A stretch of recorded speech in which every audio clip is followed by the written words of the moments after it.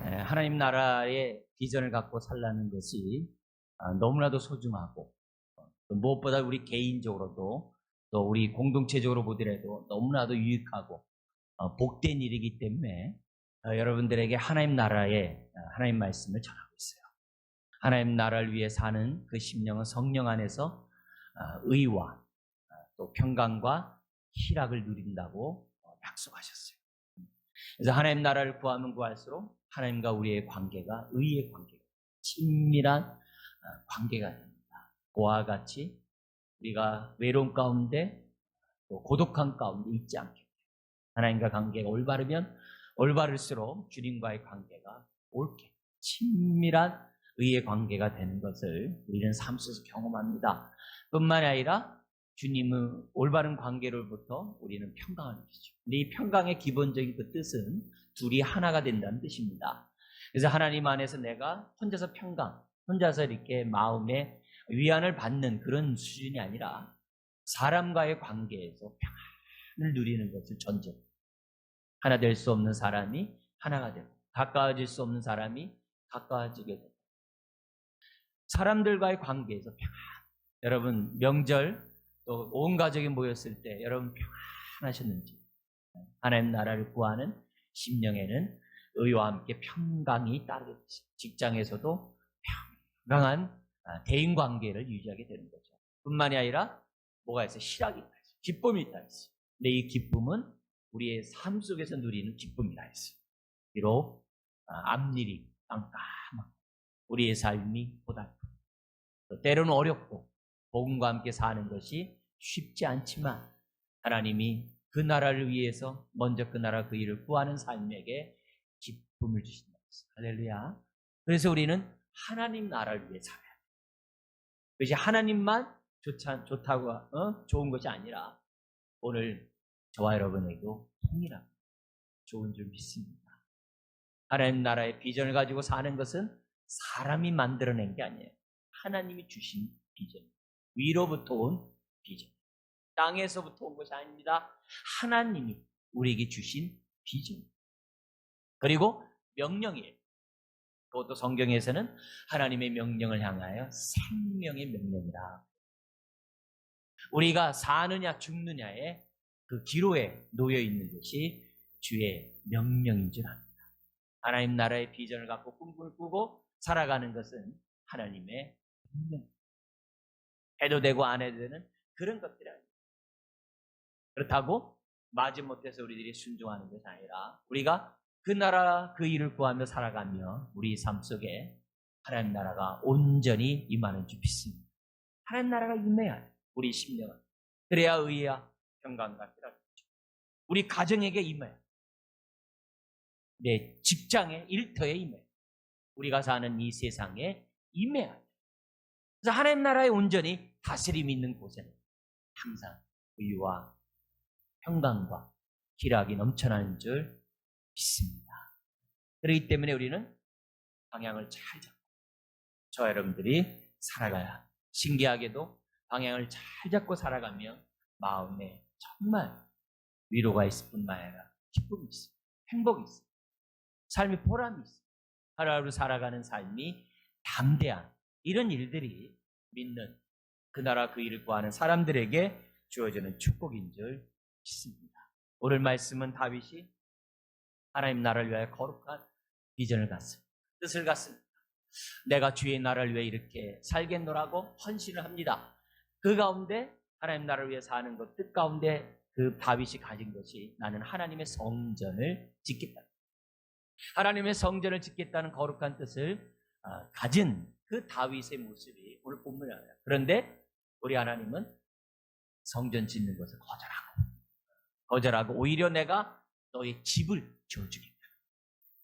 다윗이 하나님께 내가 하나님 집을 지어주겠다라고 하는 그 비전 앞에 하나님은 오히려 내가 너의 집을, 다윗의 집은 뭡니까? 다윗의 왕국을 세워주겠노라고 사울왕과 같이 한 대의 왕으로 끝나는 것이 아니라 너의 자자손손이 왕으로서 하나님 나라를 대신하는 통치자로서 하나님이 세워주겠다라고 약속해요.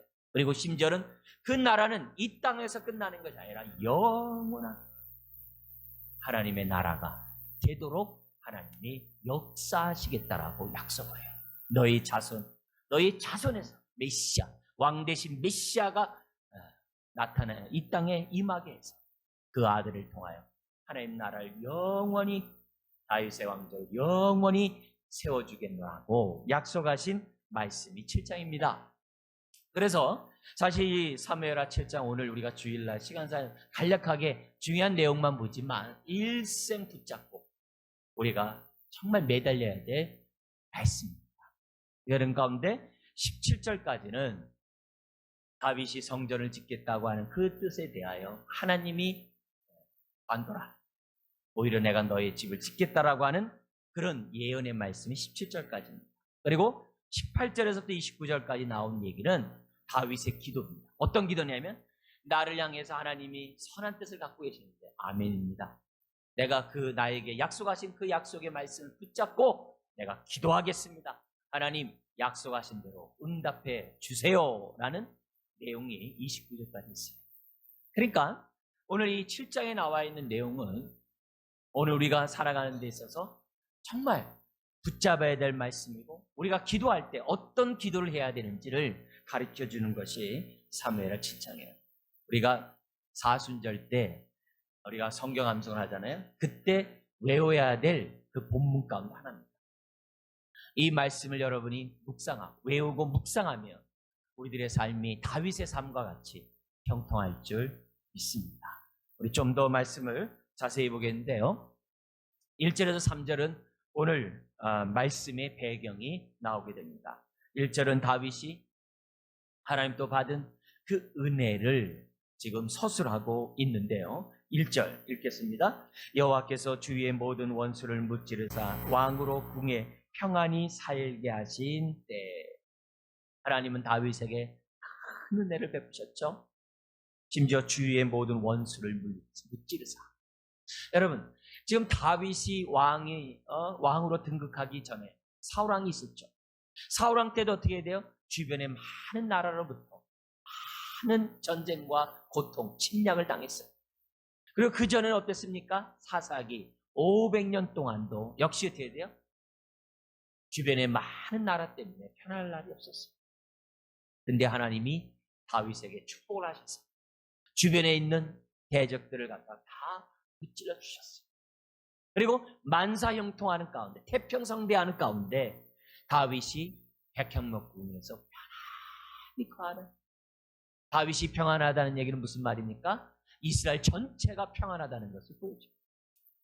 얼마나 큰 축복인지 왕으로서 갖는 보람이라 봐요. 지금 우리 대통령이 있습니다만 대통령이 국정을 운영하는 그 기간 동안에 경제적으로나 정치적으로나 사회적으로나 모든 부분에서 편하면 얼마나 좋겠어요. 부대의 많은 후손들이 얼마나 칭송하겠어요.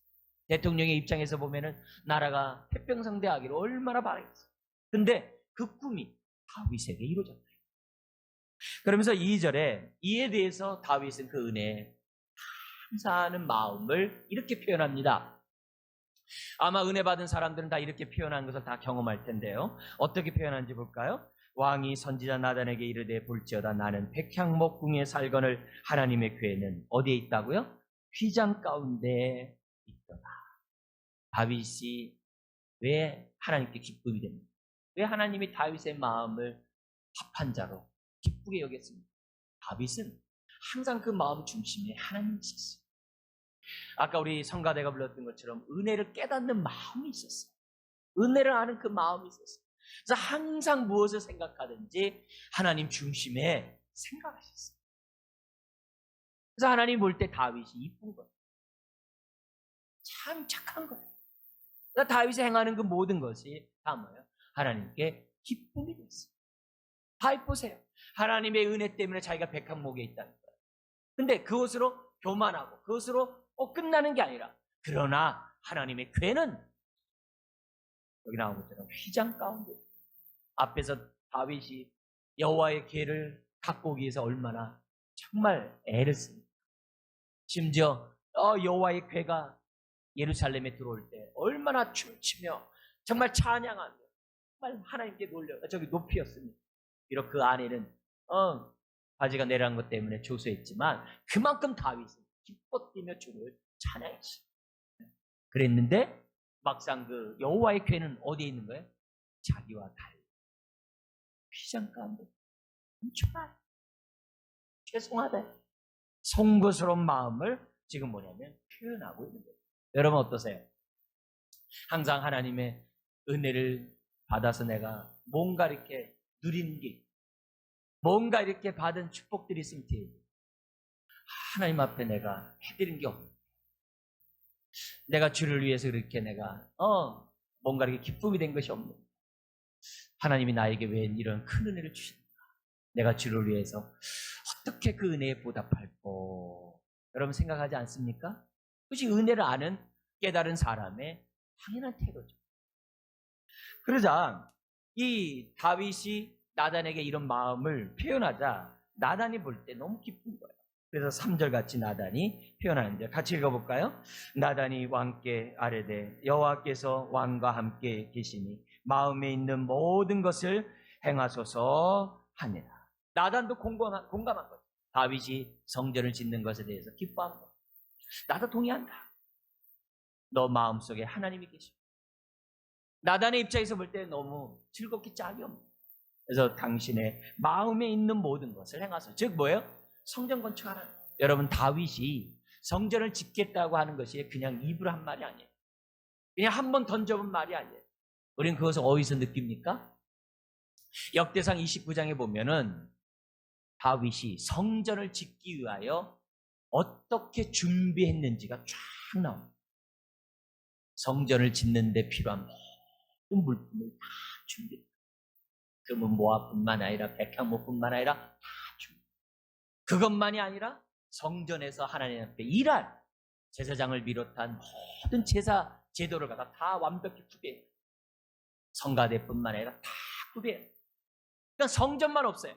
성전에서 해야 될 그 모든 것들을 완벽하게 구비해요. 또 어떻게 구비하느냐?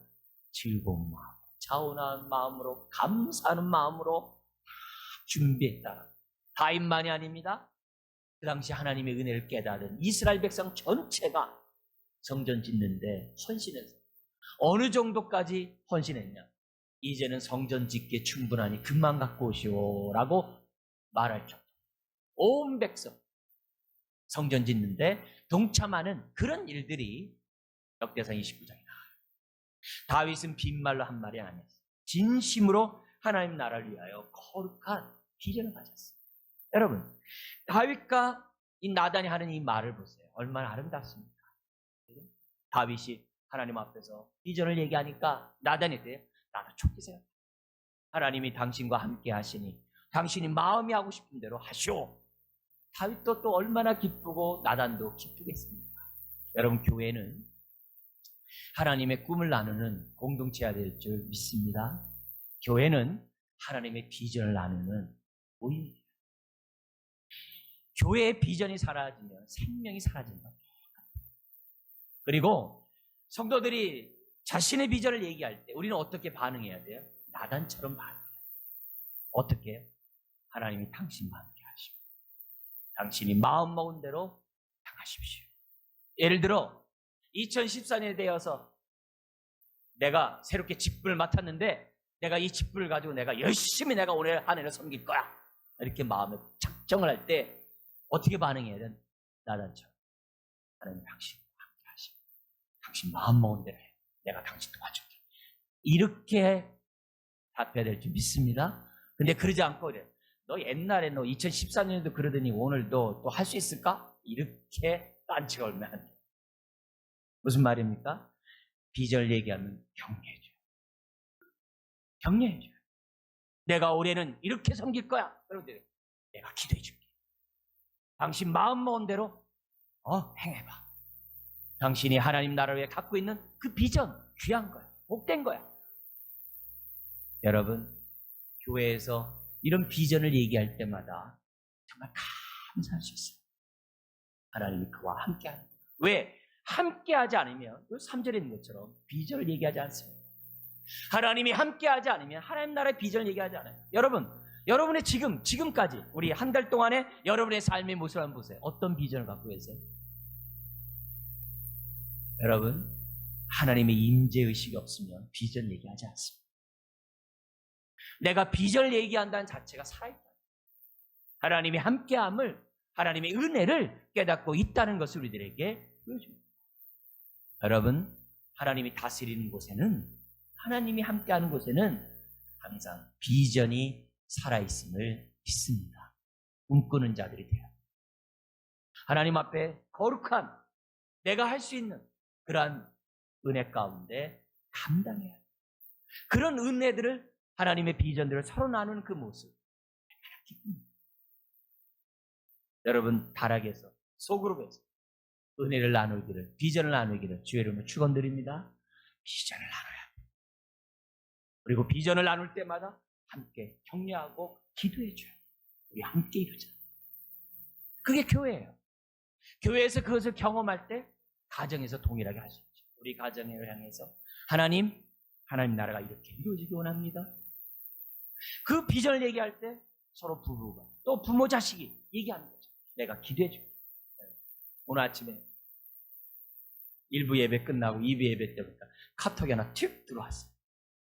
요즘 우리 아들이 또 이상한 이 카톡을 보내요. 과거하지 않는 행동이란 말이에요. 왜냐면 계속 주일마다 그 카톡을 보내는 거예요. 성령의 기름 부음이 예배 가운데 함께하기 바라고. 그래서 축원합니다. 그래요. 저한테 카톡이 쭉 들어와요. 그러면 딱 보면서 한편 웃으면서도 뭐예요? 감사하죠. 왜냐면 카톡 그거 하면서 이제 기도할 거 아니에요? 그죠? 지금 교회를 위해 기도하고 예배를 통해서 성령님이 함께하기를 사모하는 그런 마음으로, 기도하는 마음으로 카톡을 톡 보내. 그러면 이제 감사하고. 그래서 저도 그러면 너도 그러면서 이제 하죠. 자기는 유치부 교사. 그러니까 유치부 아이들 놓고서 지금 거기서 5년째 유치부 교사를 하고 있는데 그렇게 자기는 재밌대. 유치부 하면서 하나님이 아이들에게 여러분 그런 비전들을 나누고 꿈꾸고 그게 바로 교회예요. 그게 가정이에요. 그게 또 뭐야? 우리의 일터가 되어야 될 줄 믿습니다. 그래서 같은 직장 안에서 믿는 성도들끼리 모여서 기도하는 우리 직장에서 기도하자. 우리 이 직장이 하나님의 영광을 볼 수 있도록 기도하자.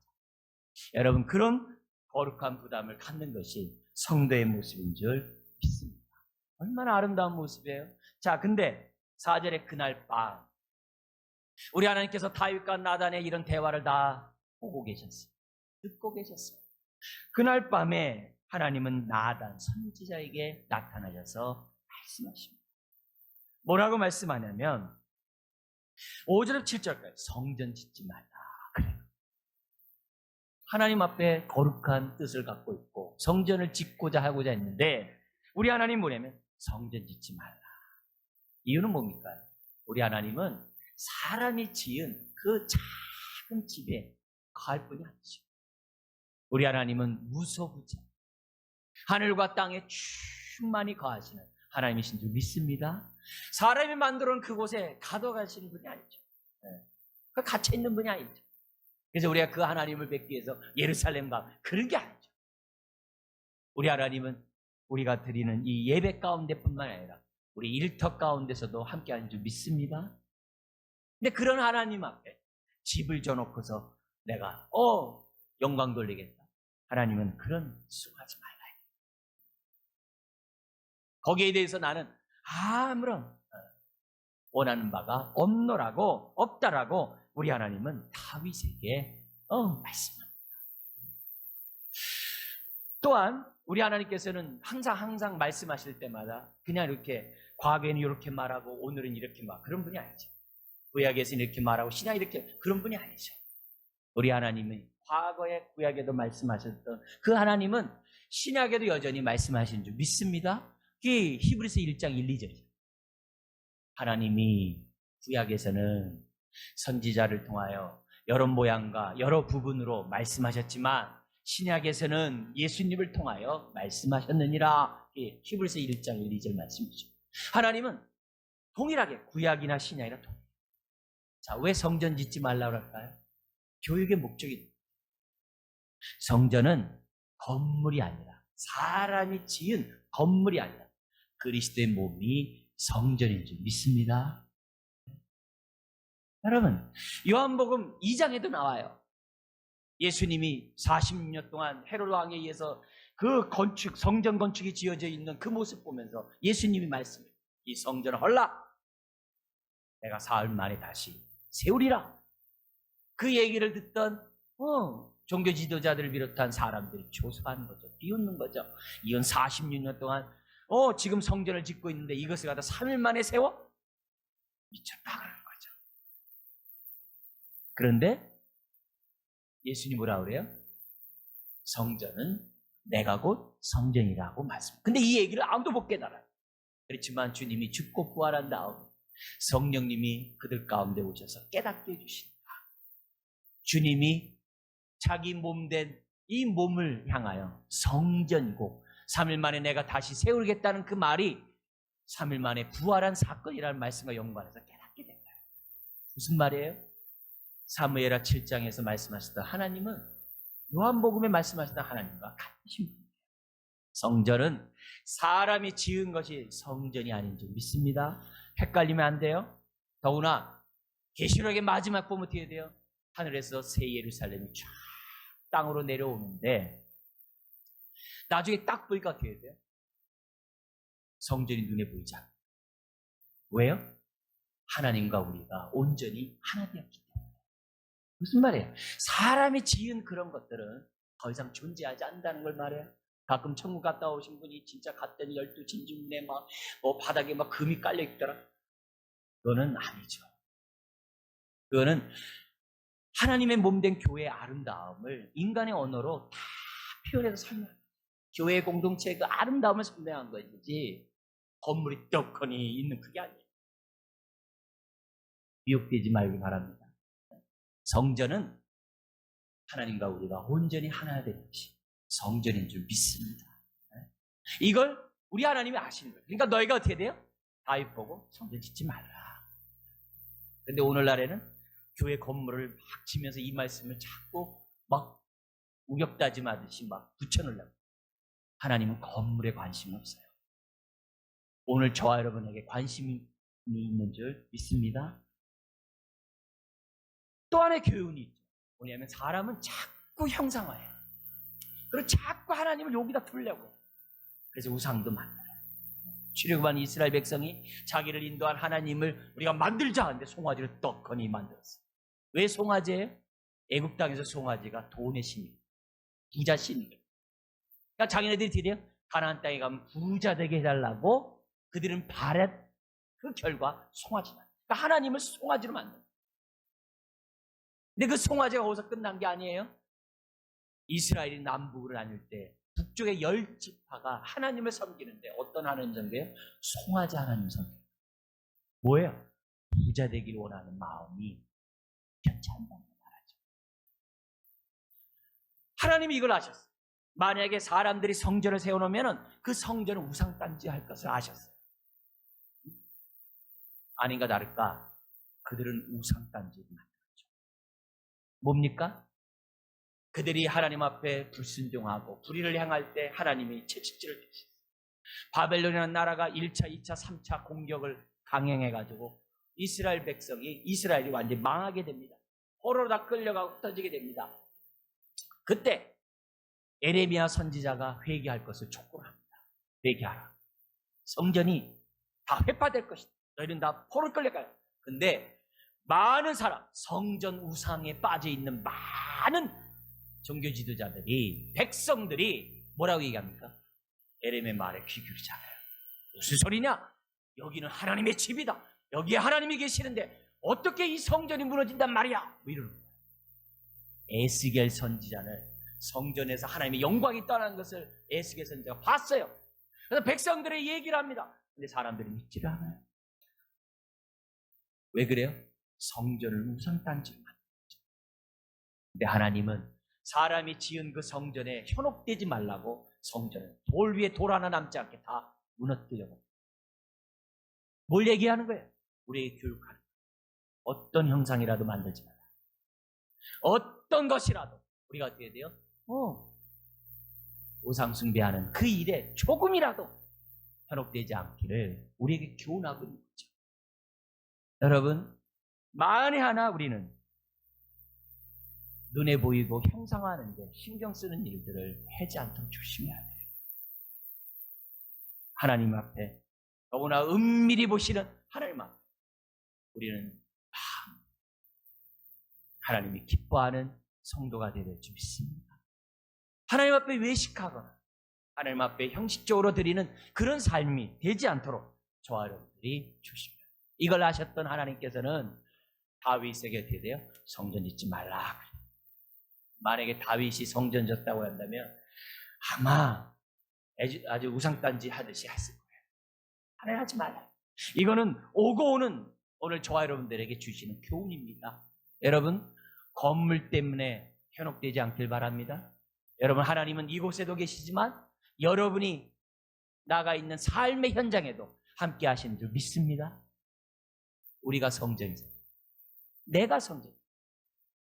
자, 그러면서 우리 하나님은 다윗을 구원했을 때, 다윗을 왕으로 부르셨을 때 본래 갖고 있었던 하나님의 비전을, 하나님의 뜻을 다윗에게 쭉 얘기하십니다. 여러분, 이 다윗에게 한 얘기는 오늘 저와 여러분에게 통일합니다. 저와 여러분들을 구원했을 때, 구원했을 때 하나님이 우리를 통해 갖고 계신 뜻이 계세요. 우리 각자에게 그 뜻을 발견하는 것이 은혜를 하는 거예요. 그 뜻을 알아야, 구원받았을 때만이 아니라 그 뜻을 알아야 나의 사명이 뭐구나 라고 깨닫는 거예요. 그래야 부름에 합당한 삶을 저와 여러분들이 살 수 있는 거죠. 여러분, 다윗에게 부르신 그 뜻은 오늘 저와 여러분에게 동일한 줄 믿습니다. 자, 그러면서 하나님이 다윗에게 주신 그 축복을 이제 하나하나 지금 쏟아놓고 있는데요. 어떻게 쏟아놓는지 보겠습니다. 먼저 8절, 9절입니다. 같이 읽겠습니다. 그러므로 이제 내 종 다윗에게 이와 같이 말하라. 만군의 여호와께서 이와 같이 말씀하시기를 내가 너를 목장 곧 양을 따르는 데에서 데려다가 내 백성 이스라엘의 주권자로 삼고 내가 가는 모든 곳에서 내가 너와 함께 있어 내 모든 원수를 내 앞에서 멸하였은즉 땅에서 위대한 자들의 이름같이 내 이름을 위대하게 만들어 주리라. 아멘. 뭡니까? 과거에 너가 목동이었지 않냐? 너희 집에서도 막내였고 심지어 사무엘이 왔을 때 잔치에 초대도 받지 못한 그런 말지 아니야. 그 누구도 너에게 관심을 두지 않았던 또 존재였지 않냐. 그러나 내가 너를 불러다가 이스라엘의 주권자 왕으로 삼았다. 그리고 너가 가는 곳마다 원수를 무찌르게 해. 왜? 내가 너와 함께하기 때문에. 나는 지금 너의 이름을 높였던 것처럼 앞으로도 너의 이름을 위대하게 만들어 줄 것이다. 할렐루야.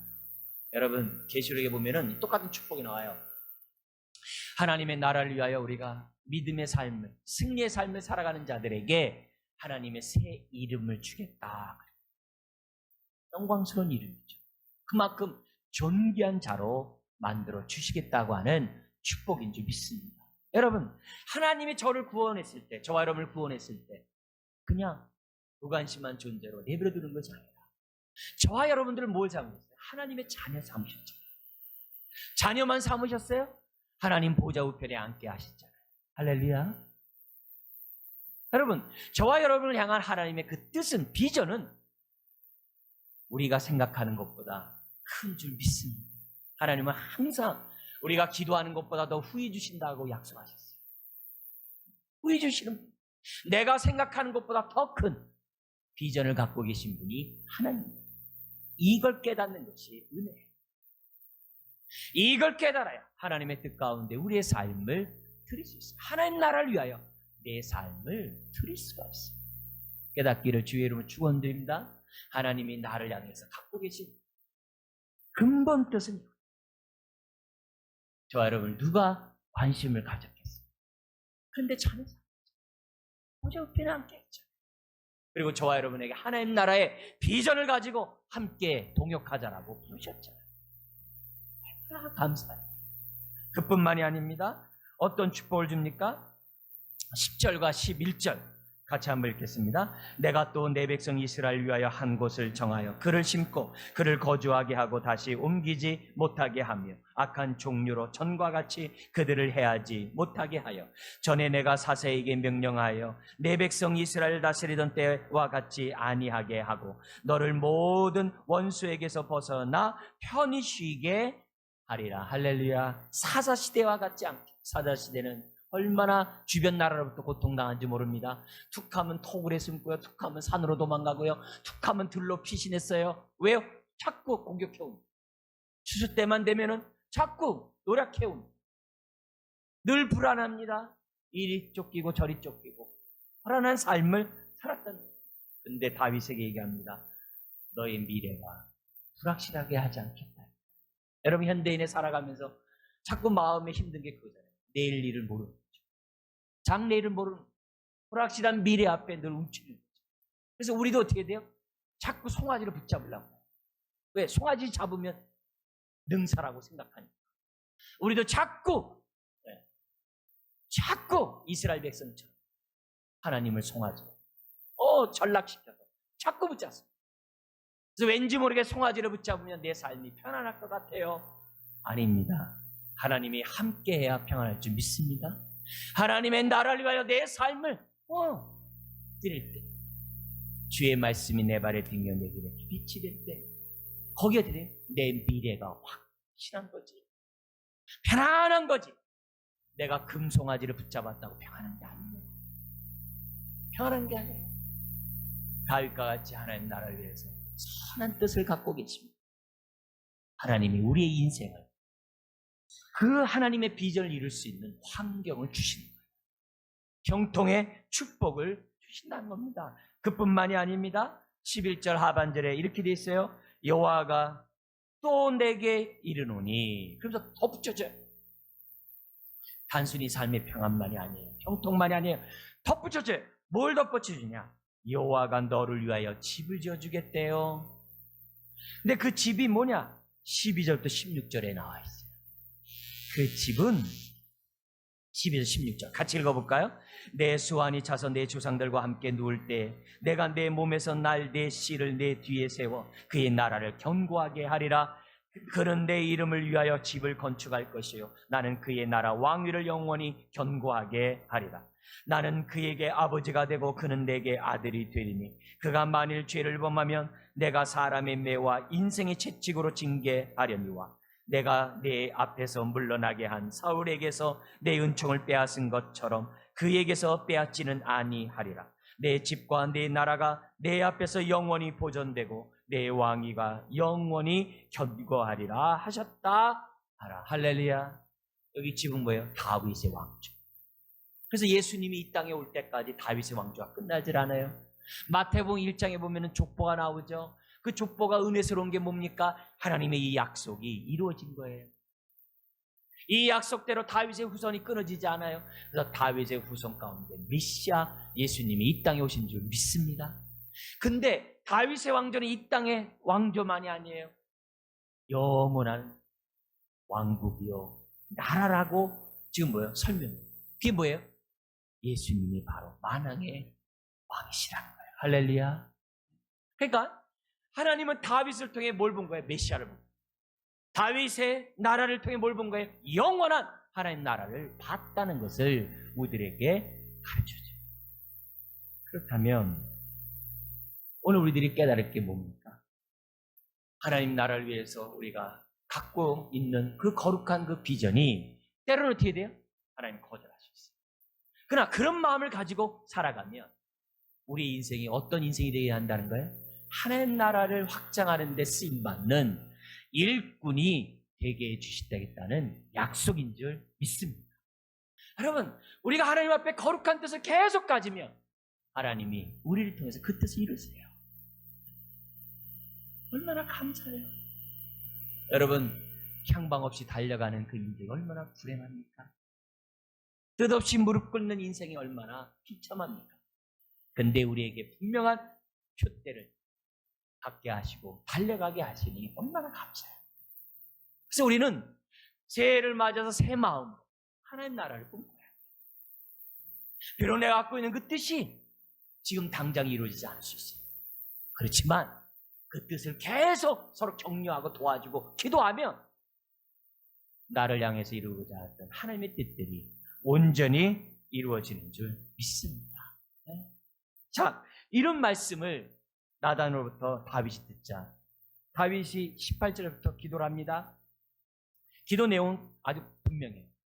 왜 이런 애입니까? 나 같은 자에게 왜 이런 축복을 줍니까? 그러면서 뭐라고 하냐면 우리 27절 같이 한번 읽겠습니다. 만군의 여호와 이스라엘 하나님이여 주의 종의 귀를 여시고 이르시기를 내가 너를 위하여 집을 세우리라 하셨으므로 주의 종이 이 기도로 주께 간구할 마음이 생겼나이다. 뭐 할 마음이 생겼다고요? 간구할, 주께 간구할 마음이 생겼나이다. 이게 바로 말씀에 따른 기도예요. 하나님의 약속의 말씀을 붙잡으면 우리가 드디어 다윗처럼 기도하게 돼요. 그러면서 뭐라냐면 28절 29절 주 뜻대로 되기를 원하나이다. 할렐루야. 여러분 오늘부터 여러분 이 기도 놓치지 않게 하나님 나를 통해서 하나님 나라가 확장되기를 원하는 그 뜻이 이루어지기를 원하나이다. 할렐루야. 계속 나로 하여금 그 뜻을 알게 해주세요. 짧게 또 길게 넓게 하나님 내가 이런 비전을 갖습니다. 하나님의 뜻이 걸런 이루어 주십시오.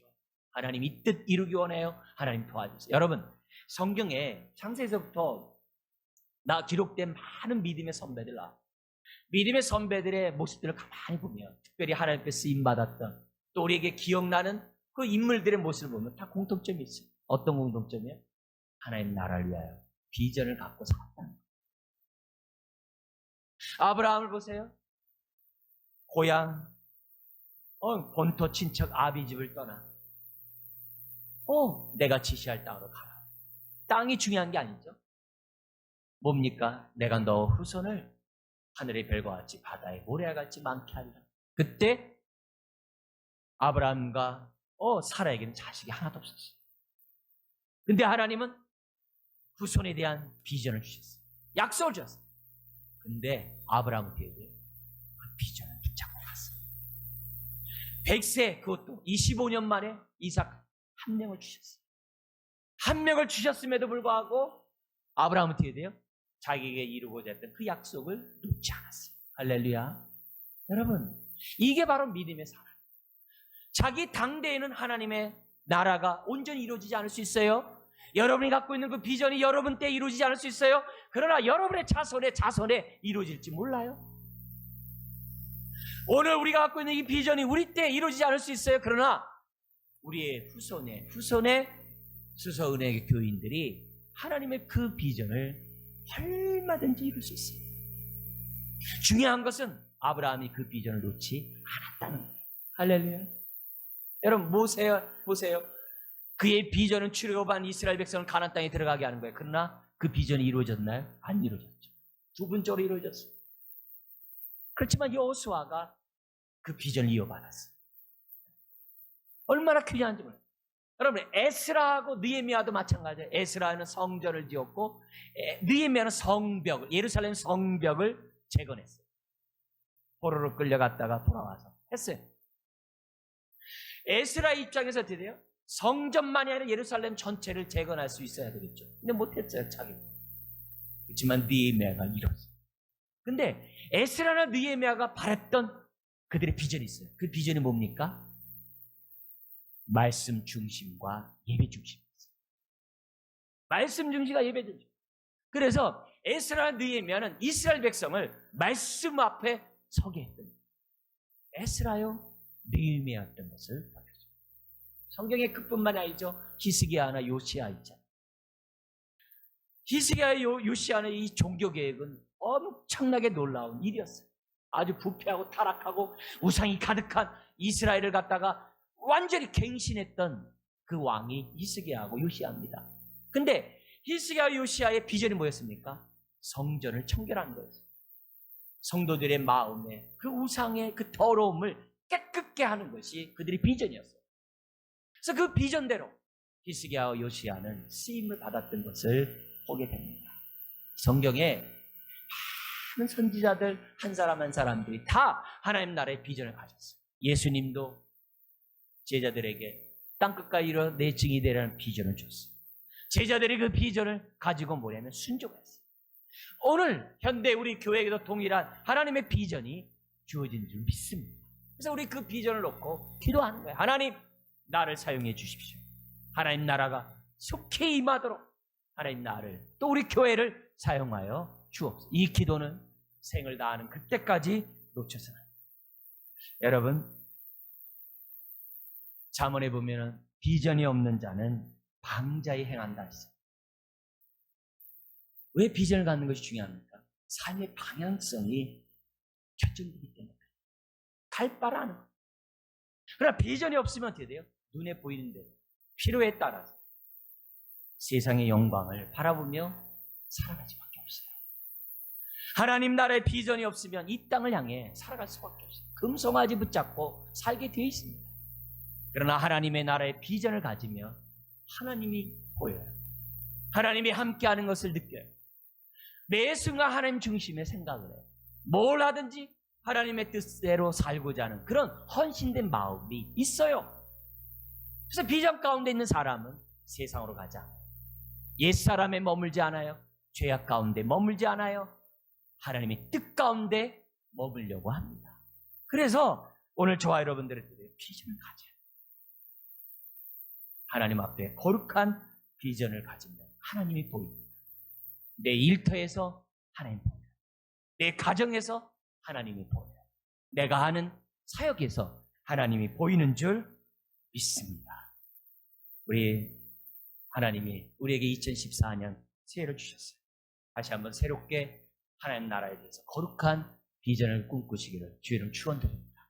내 가정에, 내 일터에 나를 향해 가진 하나님의 비전을 알려달라고 다윗처럼 기도할 마음이 생겼다고 했는데 주님 기도함으로 주의 나라를 위해서 하는 저 여러분 되기를 주의 이름 축원드립니다. 기도하겠습니다. 하나님 아버지, 이 땅에 속히 하나님 나라가 임하게 하여 주옵소서. 아버지 하나님, 무엇보다도 깨어진 가정 속에 임하여 주옵소서. 그리고 죄악으로 물든 이 세상에, 우상으로 물든 이 세상에 주의 나라가 속히 임하게 하여 주옵소서.